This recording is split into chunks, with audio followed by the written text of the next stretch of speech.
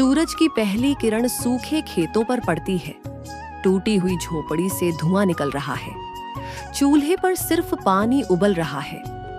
ये कहानी है एक गरीब किसान राम प्रसाद की, जो अपनी बीबी और बच्चों के साथ एक झोपड़ी में रहता है और खेती करके अपना परिवार चलाता है। लेकिन कुछ सालों से मानो भगवान ने इनको भूखा रखने का फैसला कर लिया हो। पिछले 3 सालों से ना बारिश हुई, ना ही फसल उगी। घर में खाने को एक दाना नहीं था। राम प्रसाद हर दिन नई उम्मीद लेकर उठता है और हर दिन भूखे पेट सो जाता है। जब बच्चे अपनी माँ से पूछते हैं, माँ आज खाना मिलेगा ना, बहुत जोर की भूख लगी है। तो उनकी माँ मुस्कुराकर बोलती है, हाँ बेटा, बाबा कुछ ना कुछ जरूर ले आएंगे। और आंखों के आंसू चुपचाप पोंछ लेती है। अगले दिन राम प्रसाद अनाज के लिए सरकारी दफ्तर जाता है। राम प्रसाद पहले भी कई बार दफ्तर जा चुका था। वह फटे पुराने कपड़ों में लाइन में घंटों तक खड़ा रहता है और जब उसकी बारी आती है तो बाबूजी उसे डांट देते हैं। बाबूजी गुस्से में बोलते हैं, हर बार चले आते हो मुंह उठा के, अभी समय नहीं है, बाहर बैठो। राम प्रसाद कहता है, बाबूजी, बच्चे भूखे हैं, थोड़ी मदद मिल जाए तो बड़ी मेहरबानी होगी। बाबूजी हंसकर बोलते हैं, जहां पैसा होता है वहीं काम होता है, गरीब तो बस लाइन में खड़े रह जाते हैं सालों तक। राम प्रसाद वहां से भी निराश होकर खाली हाथ लौट आता है।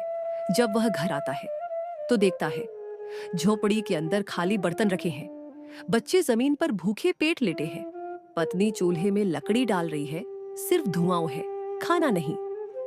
पत्नी मन में सोचती है, ना अनाज है ना सहारा, कब तक झूठ बोलती रहूंगी बच्चों से। माँ की ममता से बड़ा कोई झूठ नहीं। वो भूखे पेट भी अपने बच्चों को तसल्ली दे देती है। समय बीतता है और कुछ दिन बाद भगवान उनकी तरफ आंखें फेर देते हैं। राम प्रसाद खेत में अकेला बैठा होता है। आसमान में बादल गरजते हैं और अचानक बारिश शुरू होती है। पहली बार 4 साल में आसमान ने दया दिखाई थी और मिट्टी ने जीने की आशा। वो सिर्फ पानी नहीं था, वो किसान के टूटे हुए दिल पर मरहम था।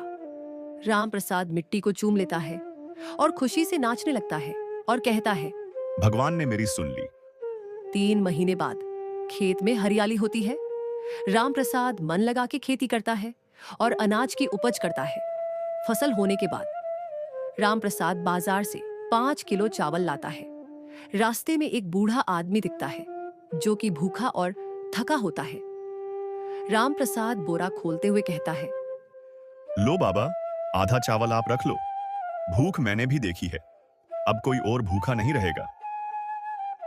किसान सिर्फ अन्नदाता नहीं होता, वो इंसानियत का जिंदा मिसाल होता है। उसका दर्द, उसकी मुस्कान दोनों मिट्टी से पैदा होती है। अगर किसान रोता है तो देश भूखा सोता है। किसानों के आंसू सिर्फ पानी नहीं, वो अन्न में बदलते हैं